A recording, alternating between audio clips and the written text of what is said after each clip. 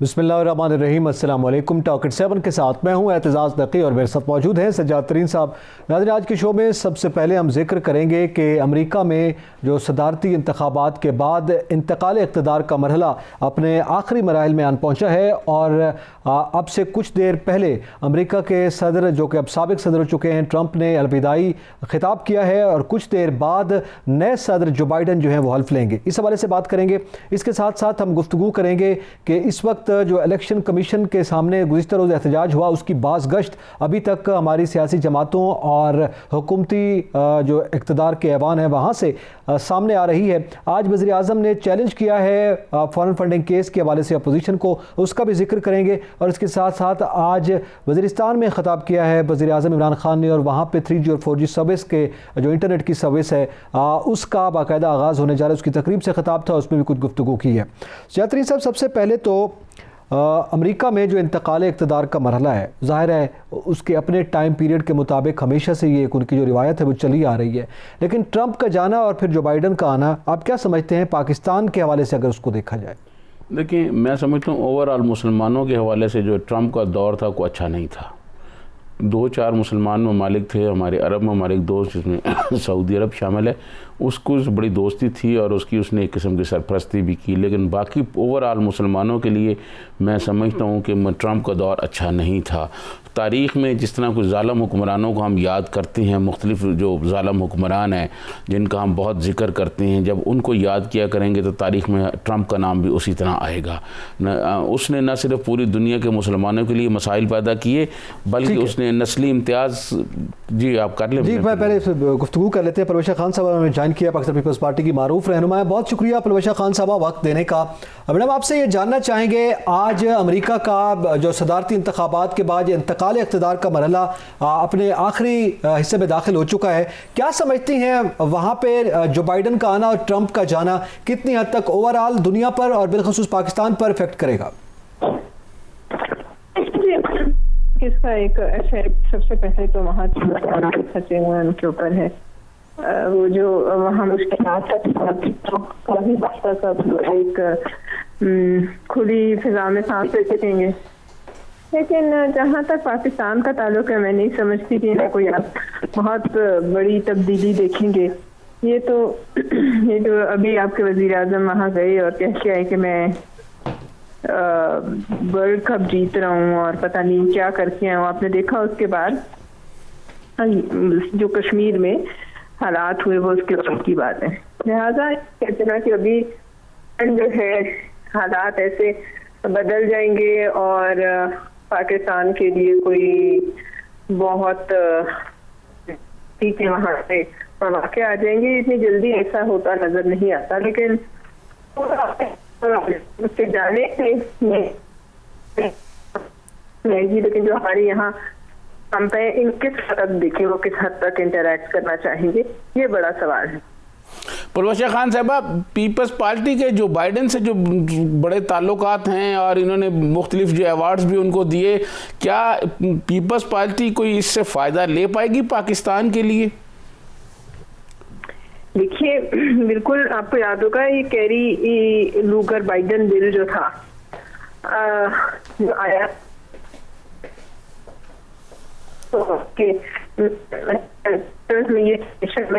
रोजा खान साहब, आप में आपकी आवाज़ जो है वो मुसलसल डिसास्टर का शिकार है। हम कोशिश करेंगे दोबारा आपसे रब्ता हो और बेहतर अंदाज में बात हो पाए। रोजा खान साहब ज़ाहिर है अपने ख्यालात का इजहार कर रही थी और ज़ाहिर है वो ये समझती हैं कि एक आज़ाद सा महसूस किया जा रहा है यकीनी तौर पर अमरीकी अवाम में भी एक सूरत हाल, एक बड़ा तबका है और फिर दुनिया के लिए भी। तो आप वो बात कंटिन्यू कीजिएगा कि ट्रंप का दौर इक़्तिदार ने जो असरात मुरतब किए, क्या वो ख़त्म हो पाएंगे? देखिए, मैं आपको अर्ज़ करूँ कि जो ट्रंप के एक तो पूरी दुनिया पर जो असरात हैं उसके आने और जाने के वो हैं, और दूसरा ख़ुद अमेरिका के अंदर जो नस्ली इम्तियाज़ है और जिस तरह अमेरिका जो है वो तकसीम हो गया है, 2 हिस्सों में तकसीम हो गया है। अमेरिका जैसा मुल्क वहाँ जो सूरत हाल ट्रंप के दौर में हुई और जिस तरह वहाँ इदारों पर कब्ज़े हुए और जिस तरह मतलब उन्होंने कांग्रेस पर चढ़ाई कर दी और बाकी चीज़ों पर आके चढ़ाई की, लोगों ने, मैं समझता हूँ ये एक तारीख़ में एक अनोखा वाक़या हुआ है। और लोग वहाँ डिवीज़न बहुत ज़्यादा हो गई है, वहाँ नस्ली इम्तियाज़ बहुत ज़्यादा हो गया है। तो ऐसी सूरत हाल को ये नहीं है कि कोई एक दिन लगेगा या एक रात लगेगी तो जो बाइडन उसको ठीक कर लेंगे, उसके लिए बहुत टाइम चाहिए। फिर उसके बाद जो हमारे में हैं ट्रंप साहब जो हैं वो उन्होंने जो इंसानी हकूक़ की जो बातें पूरी दुनिया भर में जिस तरह वायलेशन होती रही उस पर वो खामोश रहे। जो बाइडन जो है शायद उस तरह खामोश नहीं रहेंगे। आपको याद होगा तुर्की में एक अखबार नवीस को सऊदी अरब के हुक्मरानों के कहने पर वो कत्ल कर दिए गए, उनके टुकड़े कर दिए गए जमाल के। और उसके बाद जो इंसानी हकूक़ की तंजीमें थीं या अमेरिका जिस तरह इंसानी हकूक़ पे बात करता है वो ट्रंप के दौर में नहीं हुआ। फिर एक ट्रंप के दौर में आपको याद होगा कि एक मुसलमान मुल्क का कमांडर जो है दूसरे मुसलमान मुल्क में था और वो उनका मेहमान था, उसको मतलब अमेरिकन ने ख़ुद कत्ल कर दिया और न सिर्फ कत्ल किया बल्कि उसको अपनी कामयाबी करार दिया। वो शहीद उन्होंने किया लेकिन अमेरिकन जो कह रहे थे कि हमने कत्ल कर दिया। सॉरी टू कट यू, हमारा राब्ता बहाल हुआ है परवेशा खान साहबा से, ज़रा उनसे मजीद गुफ्तगू कर लेते हैं। जी परवेशा साहबा, वेलकम बैक। राब्ता हमारा मुनक़ता हो गया था, आप बात वहीं से कंटिन्यू कीजिएगा जहाँ से आप बात कर रही थी। जो सवाल ये किया गया था कि पीपल्स पार्टी के जो बाइडन के साथ अच्छे ताल्लुकात हैं, क्या पाकिस्तान पीपल्स पार्टी पाकिस्तान के लिए कोई फ़ायदा ले पाएगी? देखिए, मैं आपको याद करा रही थी कि ये जो कैरी लूगर बाइडन बिल था, आपको याद होगा पहले जब हमारे दौर में ये बिल आया था तो बड़ी हमें तनकीद का निशाना भी बनाया गया था। ये वो बिल था जिसमें जो बाइडन साहब खुद एक उसके ड्राफ्टर्स में से एक थे। लिहाजा बिल्कुल इनके साथ हमारे ताल्लुकात हैं। और जहाँ तक पाकिस्तान की मफादात की बात है, कोई भी हुकूमत हो, अगर कोई जमात अपने ज़ाती ताल्लुकात की बिना पर कुछ फ़ायदा ले सकती है तो ये तो बिल्कुल एक कौमी फरीज़ा है कि ये किया जाए। लेकिन मैं आपको ये कह रही थी कि चूँकि एक संजीदा सियासतदान है, एक बहुत मुश्किल वक्त पे ये हुकूमत में आए हैं और इस वक्त जो अमेरिका के हालात हैं वो शायद पहले कभी नहीं हुए, ऐसे हालात वहाँ भी हैं। तो जो यहाँ गैर संजीदगी की एक फिजा है, जो एक ऐसा वज़ीर आज़म है जिसके ऊपर सिलेक्टेड की मोहर सख्त हो चुकी है उनके माथे पे, जहाँ जाते हैं उन्हें सिलेक्टेड के नाम से बुलाया जाता है।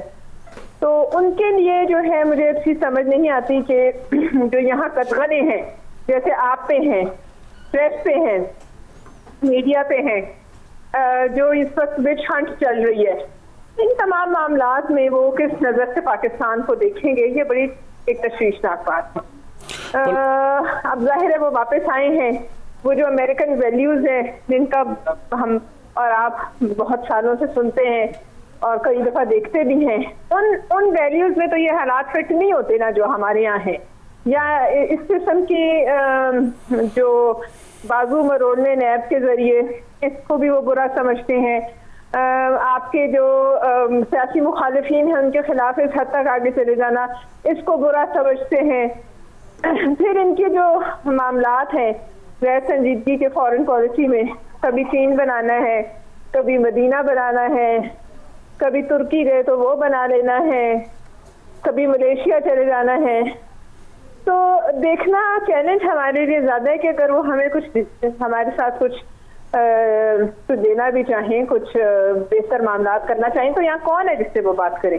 मेरे ख्याल में मिलिट्री लीडरशिप के अलावा इस पूरी हुकूमत में से शायद एक भी बंदा नहीं जिसको वो संजीदा ले। परवेशा खान साहबा, कुछ माहिरीन की राय ये है, कुछ जो फॉरेन अफेयर के लोग हैं उनकी राय ये है कि पहले अमेरिका में और पाकिस्तान में एक ही मिजाज के दोनों हुक्मरान थे। प्रेसिडेंट ट्रंप का मिजाज भी उसी तरह का था, प्राइम मिनिस्टर इमरान खान का भी उसी तरह था। अब वहाँ पर एक और मिजाज के लोग आदमी आ गए हैं अमेरिका में, तो क्या इनको अब कैसे देख रहे हैं? ये दो मुख्तलिफ मिजाज के लोग अब कैसे चल पाएंगे या किस तरह एक दूसरे से ताउन कर पाएंगे? इस पर ज़रा बात करें। मतलब आपका मतलब पाकिस्तान और अमेरिका में जो दो मुख्तलिफ मिजाज के हुक्मरान हैं उनकी तरफ इशारा? जी, मैं उसी तरफ कह रहा हूँ। पहले तो प्रेसिडेंट ट्रंप और प्राइम मिनिस्टर इमरान खान का मिजाज एक जैसा ही था ना, वो भी इसी तरह मिजाज भी, तबीयत भी, और तबीयत में जो एक उनकी क्या कहना चाहिए पागलपन है वो भी एक ही जैसा था। और इसी तरफ वो भी मुल्क को लेके जाते थे जिस तरफ ये हमारे वजीर आजम जहाँ से गुजर के पहुंचे हैं, यानी उनकी भी जलाओ घेराव की सियासत थी, इनकी भी जलाओ घेराव की सियासत है। और वो भी एक मखसूस, खैर वो तो जैसा था उसको ये तो नहीं कहा जा सकता कि वो सिलेक्टेड था, वो सिलेक्टेड उन लोगों की तरफ से था जो उसकी बात पर लबैक कहते थे, लेकिन बहरहाल वोट लेता था। ये तो माशाल्लाह हमारी तरफ जो नाजिल किए गए हैं ये रास्ते मदीना के हुक्मरान, इनको तो वो भी एज हासिल नहीं कि ये कोई अवामी सियासतदान है। लिहाजा अब ये बहुत बड़ा फर्क आ गया है। मैं आपको ये कह रही थी, अगर वो सोचे भी कि बात करनी है और करनी तो होगी, जो अफगानिस्तान के हालात हैं, जो खत्े के हालात हैं, पाकिस्तान किसी तरह से उनके यकीनी तौर पर अमरीकी जो मफादात हैं वो अपने चीज़ें जो है पेश नज़र रख के भी ताल्लुकात को आगे बढ़ाएंगे। इस पर मजीद भी गुफ्तगू करेंगे। नाज़रीन, यहाँ पे वक्त हुआ एक ब्रेक का, हमारे साथ रहिएगा।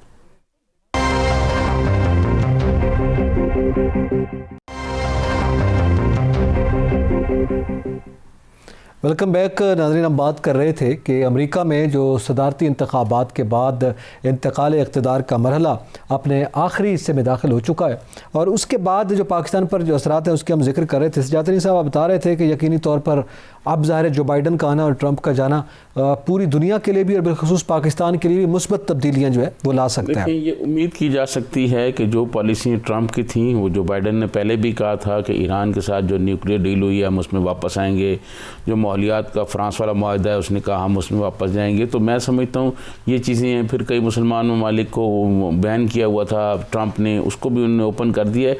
तो मैं ये समझता हूँ कि ये उम्मीद की जा सकती है कि जो बाइडन के आने और ट्रंप के जाने के बाद दुनिया भर में और मुसलमानों के लिए ख़ास तौर पर जो है सूरत हाल अच्छी और बेहतर होगी। जहाँ तक पाकिस्तान की सूरत हाल है, पाकिस्तान देखें न कि सब हमारा मुल्क एक ऐसी जगह पर है ख़ित्ते में कि हमारी अहमियत कभी कम नहीं हो सकती अमेरिका के लिए, और मैं समझता हूँ उस अहमियत को सिर्फ हमने उजागर करना है और उनको बताना है। हमारे यहाँ पॉलिटिशियंस जिसमें आसफ जरदारी साहब भी हैं, उनके बड़े अच्छे ताल्लुकात हैं जो बाइडन से, और उम्मीद है कि हमारे सियासी इख्तलाफात अपनी जगह, लेकिन ये सारे लोग मिल के पाकिस्तान के लिए बेहतरी के लिए अपना अपना रोल अदा करेंगे। पाकिस्तान में पहले भी ऐसा होता रहा है कि हर आदमी अपना अपना जो है वो रोल करता रहा है। पाकिस्तान को दिफा को मजबूत कराने में जुल्फ़िकार अली भुट्टो ने अगर एटमी बम की बुनियाद रखी तो मियाँ नवाज शरीफ ने वो धमाके कर दिए। इसी तरह न्यूक्लियर टेक्नोलॉजी और दूसरी टेक्नोलॉजी में मुख्तलिफ लोगों का रोल रहा, मिसाइल टेक्नोलॉजी में मोहतरमा बेनज़ीर भुट्टो का।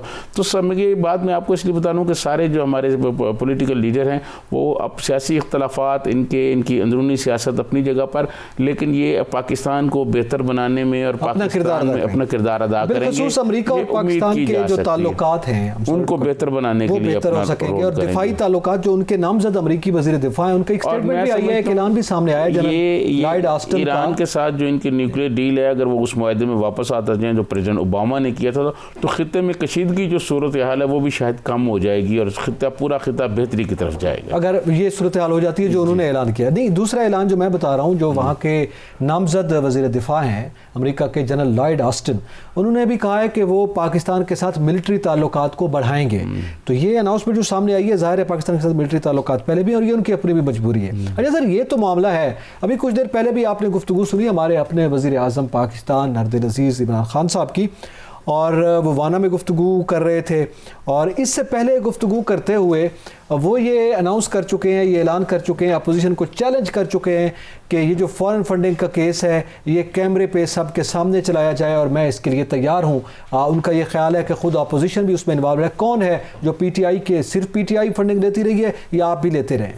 देखें, पहली बात तो ये है कि प्राइम मिनिस्टर ने ये कहा कि ओपन किया जाए इसको कैमरा, ये बिल्कुल ठीक है, होना चाहिए, नंबर एक। नंबर दो, अगर पीटीआई को कोई प्रॉब्लम नहीं थी तो फिर इतने 6.5 साल 7 साल से ये केस क्यों लटका हुआ है? इसके बारे में कोर्ट में, हाई कोर्ट और सुप्रीम कोर्ट में तो पीटीआई जाती रही है ना जी, पीटीआई के लोग क्यों गए हैं? दूसरी बात, प्राइम मिनिस्टर ने ये बात दूसरी दफ़ा कही है, कल भी कही है उन्होंने, आज भी उन्होंने कहा है कि जी ये जहाँ से फ़ंड लेते रहे हैं ये मुझे पता है। अगर देखें प्राइम मिनिस्टर इमरान खान जो हैं उनके इल्म में है कोई चीज़ें, तो क्या इन जमातों को कलअदम नहीं करार दे देना चाहिए? सबूत वो इलेक्शन कमीशन के सामने सामने करें और इन जमातों पे पाबंदी लगवा दें। नहीं, उसकी वजह बताइए उन्होंने। लेकिन एक बात मैं आपको बताऊं, प्राइम मिनिस्टर ने जो बात कही है, प्राइम मिनिस्टर साहब ने ये बात कही है कि जिन मुसलमान, जिन दोस्त ममालिक से ये पैसे लेते रहे, मैं उनके नाम नहीं ले सकता। अब आप एक सवाल ये है कि जब मुल्क का सबसे बड़ा आदमी जो हेड ऑफ स्टेट है वो जब उन ममालिक के नाम नहीं ले रहा, तो फिर ये मुझे बताएं इलेक्शन कमीशन में किसने जाके नाम लेने हैं, किसने सबूत पेश करने हैं? प्राइम मिनिस्टर खुद एक बात करते हैं और उस बात के साथ ही नहीं, उन्होंने रीजन के साथ साथ वजह भी बताई है, यानी रीजन के साथ उन्होंने लॉजिक भी बताई है। वो ये कह रहे हैं कि जनाब मैं नाम इसलिए नहीं ले सकता कि हमारे ममालिक के साथ ताल्लुकात तो इलेक्शन कमीशन में कौन नाम लेगा? जब प्राइम मिनिस्टर जो है वो नहीं लेगा तो प्राइम मिनिस्टर के अलावा बाकी जो लोग हैं वो किसने नाम लेना है? कौन बताएगा इलेक्शन कमीशन को जाके? जब प्राइम मिनिस्टर ये कहेंगे मैं नाम नहीं ले रहा,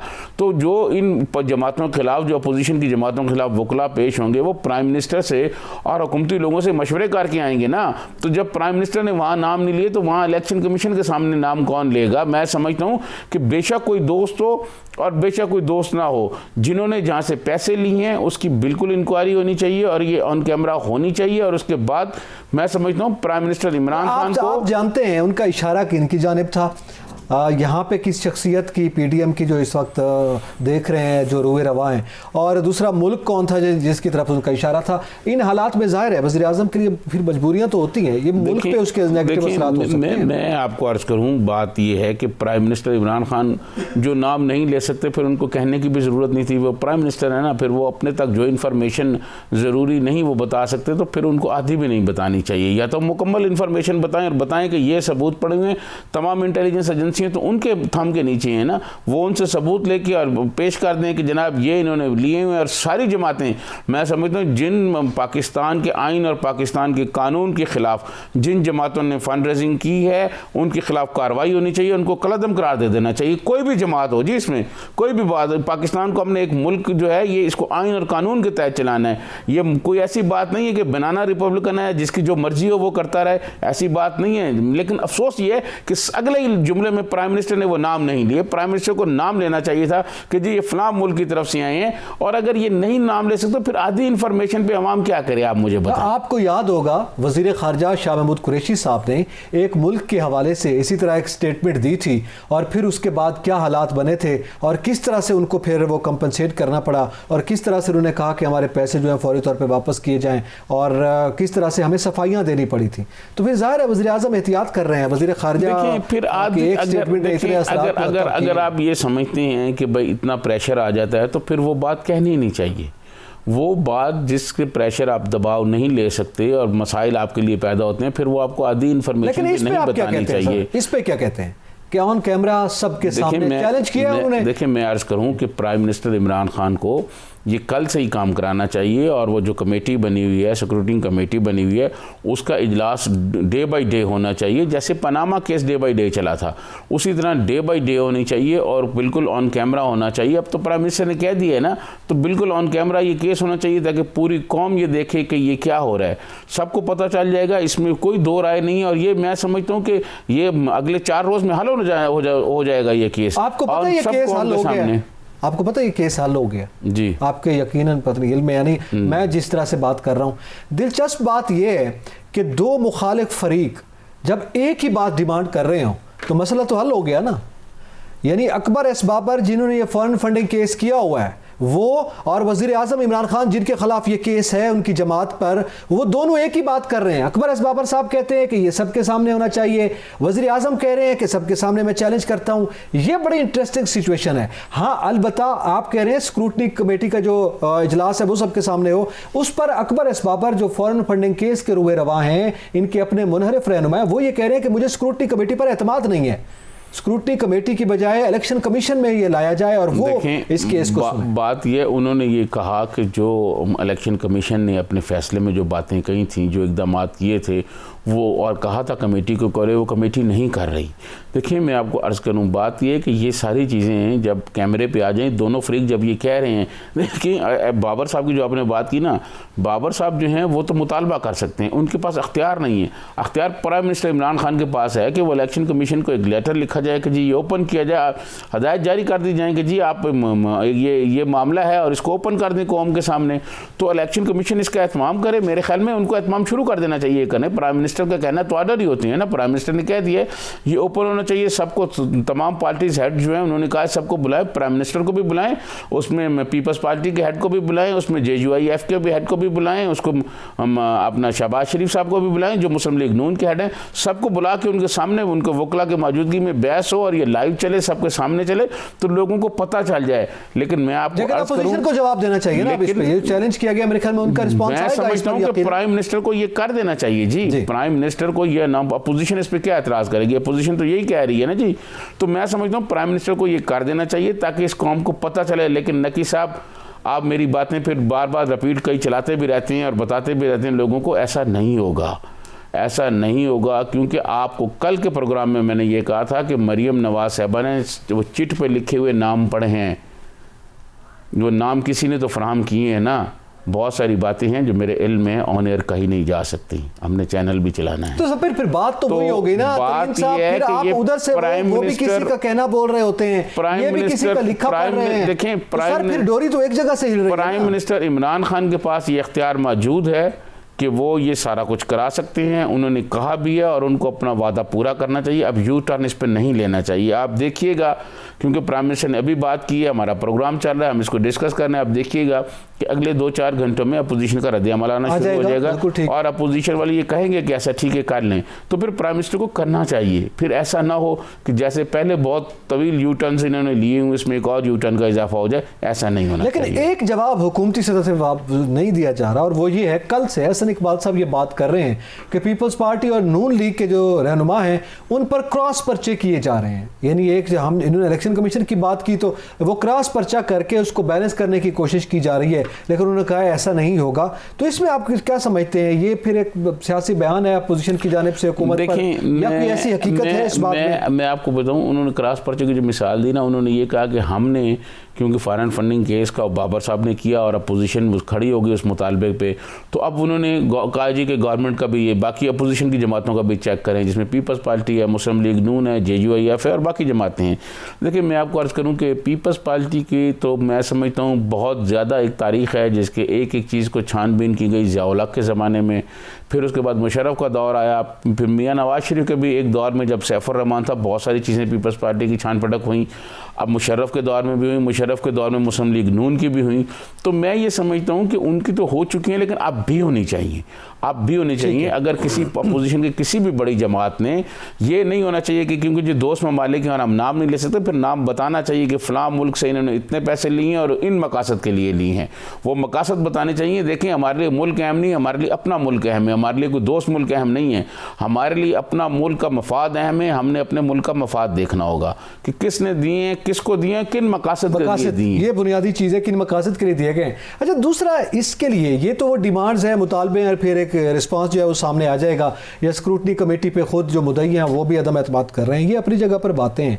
लेकिन एक मामला, एक पेशरफ जो आपने डिमांड की थी या इसी प्रोग्राम में 18 तारीख को गालिबन आपने ये डिमांड की थी, और वो ये था कि इस पे जो कमीशन कायम किया गया था, 3 रुकनी कमीशन, जिसमें डॉक्टर शरीन साहबा थी ब्रॉडशीट के मामले पर, और उसमें शिबली फराज साहब, फवाद चौधरी साहब, उन्होंने रिपोर्ट भी दी थी। तो ये काबिल एतमाद इसी तरह नहीं है, आपने भी एक लिहाज से अदम एतमाद का इजहार किया था। तो उस पर किसी रिटायर्ड जज की सरबराही में कोई कमीशन हो या फिर JIT बनाई जाए, आपने डिमांड की थी, वो पूरी हो गई है, वो आपकी बात सुन ली है। लेकिन जो बात आपने प्रोग्राम में डिमांड की थी, पहले प्रोसेस आप सुनाइएगा, क्या डिमांड किया गया था हमारे शो में? मैं ये समझता हूँ कि इस मामले की शफाफ बुनियादों पर जो है इंक्वायरी होनी चाहिए, बल्कि सुप्रीम कोर्ट के एक जज की सरबराही में कोई कमीशन बने और ये सारे मामलात जो हैं उसकी इंक्वायरी होनी चाहिए। ये मुआहदा कब हुआ, ये मुआहदा क्यों किया, फिर वहाँ कोर्ट में हमारा जो पॉइंट ऑफ व्यू था वो क्यों कमज़ोर हुआ, हमारे ख़िलाफ़ फ़ैसला क्यों आया और हमने जो पैसे इतने भरे वो क्यों भरे। जी, इस पर चूँकि ये डिमांड की थी और आपकी ये डिमांड जो है वो मौजूदा हुकूमत ने पूरी कर दिया, रिटायर्ड जज की सरबराही में एक कमीशन बना दिया गया इस पर। देखिए, मैं आपको अर्ज़ करूँ, बात यह है कि मामलात जो हैं, हम बहुत गरीब मुल्क हैं और मामलात को कारपेट के नीचे छुपाना नहीं चाहिए। सारे मामलात कौम के सामने आने चाहिए। जैसे प्राइम मिनिस्टर ने आज कहा है कि फॉरेन फंडिंग केस जो है वो ऑन कैमरा होना चाहिए। ठीक है, ये अब देखना ये है कि ये जो कंपनी थी, ये बरतानवी कंपनी, इससे मुआहदा किन मकासद के लिए किया गया। फिर उस कमीशन, जो मैंने कमीशन का इसलिए कहा था कि वो कमीशन जो है ये मालूम करेगा कि वो जो मूसवी साहब हैं वो कह रहे हैं कि मेरे पास बंदे आए और मेरे पास कोई मलक साहब आए और उन्होंने ये कहा कि मुझे कट दें और लोगों के जी कट दें। वो कौन थे कट मांगने वाले? एक गरीब कौम, जिस कौम के लिए जिस गुर्बत, बेरोज़गारी और महंगाई है, हम उसमें फंसे हुए हैं और वहाँ जाके लोग कट मांग रहे हैं। इसकी इंक्वायरी तो होनी चाहिए। तो इसका मतलब है ये अच्छी डेवलपमेंट हुई है, एक अच्छी पेशरफ्त हुई है। नाज़रीन, इसी के साथ ही एतजाज़ दकी और सजात तरीन को इजाज़त दीजिए। अल्लाह हाफ़िज़।